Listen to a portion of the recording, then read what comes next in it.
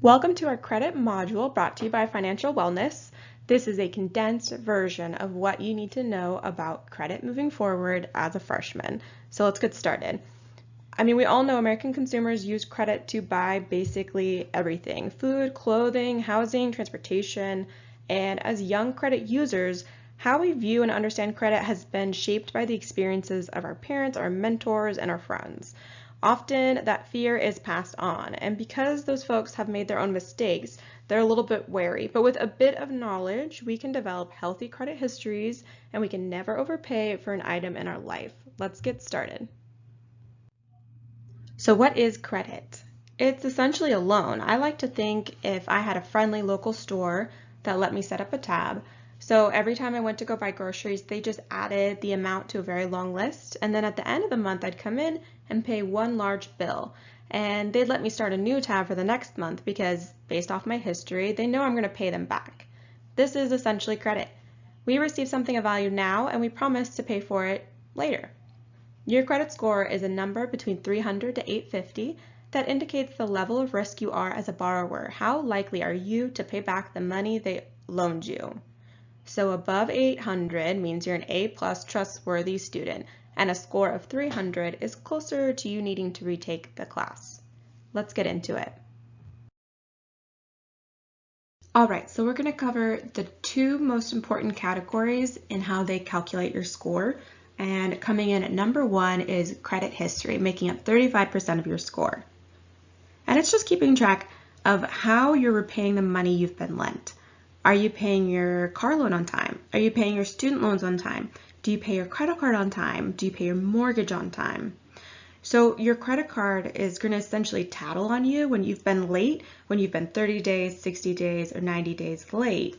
And they're going to let your credit report know that you've missed a payment.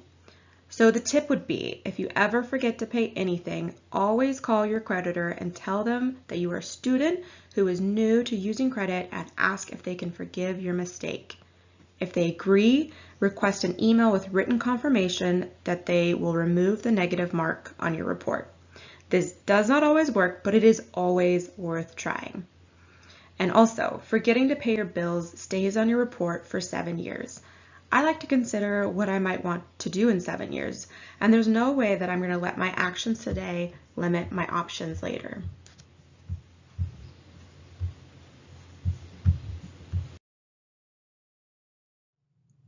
All right, next up is credit utilization, which makes up 30% of your score. So it's the second most important category in your credit score. So your utilization is how much of your available credit do you use. The less that you use, the more responsible you look. I was paying my card on time and in full each month, but my score wasn't budging, and that's because I didn't know that anyone cared how much I put on my card or how much I was using. It's actually recommended to use less than 30% of your available credit, and in fact, folks with credit scores over 800 only use about 11%.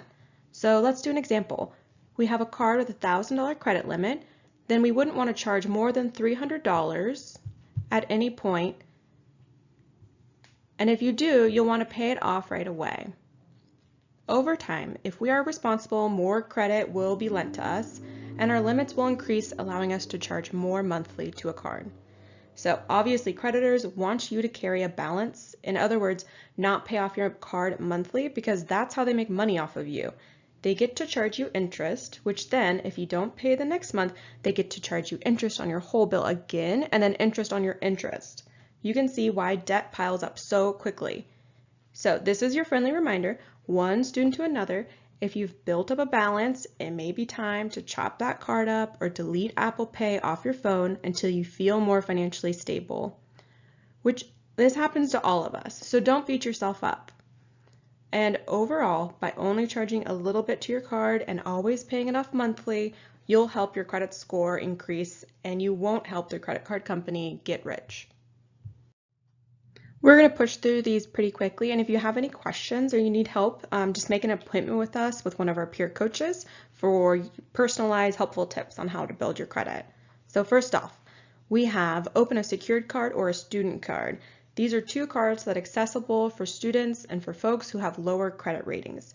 The way a secured card works is you give the credit card company a lump sum, let's say $300, then they give you a card to use with a $300 limit. If you don't pay your card, they use your money to cover the balance. If you show them that you are responsible, they will eventually upgrade your card and they'll give you back the collateral or $300 they're holding on to. The second one is the student credit card. It helps to have a part-time job and to have good grades. And these cards are designed for folks in school who don't have a long credit history. All right, another way to build credit is to enlist a cosigner. This would be a parent or trusted family member. These folks may be rightfully hesitant to do this because they will be responsible for your actions. Whatever you do on your credit will affect them. Another way would be to be an authorized user. So similarly, you would need to find someone you really trust because now their behavior can directly impact your score. The benefit of the authorized user is you don't even need to use the card. So if you are feeling freaked out about credit, but you have a very, very responsible person in your life, they can help you get started. Next up, we have student loans. If you have a federal student loan, consider making the interest payments while you're in school. This helps you lower your balance so you're ready when you graduate and helps build your credit. And here is the biggest tip. No matter what card or loan you take out over the course of your life, set up auto payment.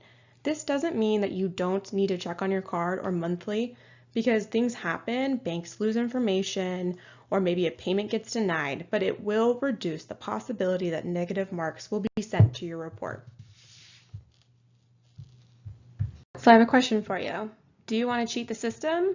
Do you want to use your card for free and get all the benefits and the rewards and build that credit? Well, let's visualize how you can do that. This student spent $1,500 on their card and their statement balance period was between March 1st and March 31st. So initially I thought that I was supposed to pay my credit card bill at the very end of the month or my period, but in fact, you're given a grace period. So it's going to be different depending on the card. But in this case, it's 21 days. So if I pay my card anytime before that due date, I won't be charged interest and I won't be charged a late fee.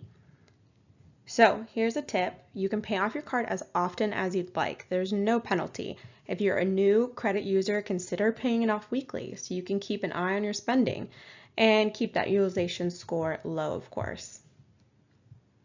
Great job. So we paid off March, way to go, and the process continues. So now it's April and we've spent another $1,000 and that will be due dead in the water on May 21st. So here's another tip. Paying the minimum amount is a trap. It's made up of mostly interest on your charges and only a tiny, teeny little bit of your original bill. So obviously, if you're in a position where you bought more than you can afford, then at least make your minimum payment. So this does not apply to you. This is going to prevent a negative mark on your report. But for everyone else, do not overpay. All the goods and services you bought from the month prior will be 25% more expensive if you're charged interest.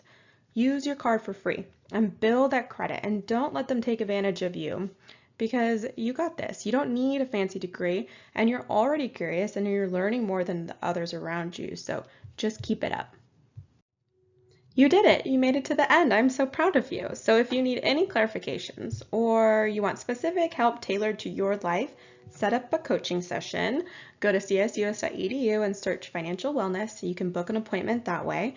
And we are students just like you. So if you need any help, we would love to problem solve life's tricky financial situations with you. And make sure to follow us on Instagram and LinkedIn and let us know if we can help.